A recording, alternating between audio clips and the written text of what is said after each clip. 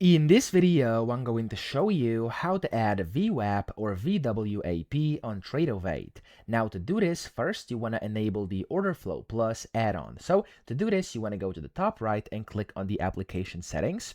You want to go to add-ons over here and you'll find the Order Flow Plus in here. So when this loads, there we go. Order Flow Plus is actually free. You want to click on activate over here and there we go. It's going to basically, of course, activate. So as you can see, it says you'll need to log out and log back in to begin using this add-on. So go to the top right, click on the X button. So to log out, you want to click on your account up top, and then from here you want to click on the log out button. Now this is going to log you out of your account just like this, and you'll be back on your login page where you have to sign in using your credentials. So let me sign in quickly. I'm going to click on login over here, and it's going to log me back into my trading account. I'm just going to go and access the simulation over here because this is what I've been using.